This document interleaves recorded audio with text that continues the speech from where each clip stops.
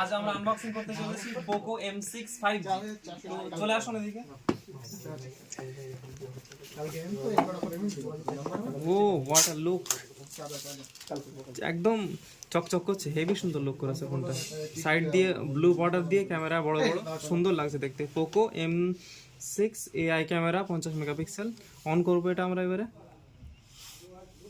On হতে থাক, on হতে হতে দেখে নেব এদিকে ফোনের সাথে কি কি দেওয়া আছে। এদিকে বক্সে দেখবো কি কি দিয়েছে।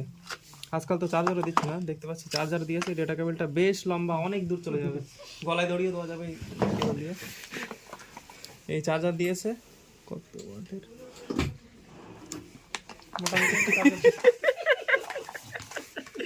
কত বড় জীবন আগে দেখে নিতে হবে, পরে কিছু চার্জার দেবে ভুলে যাবে।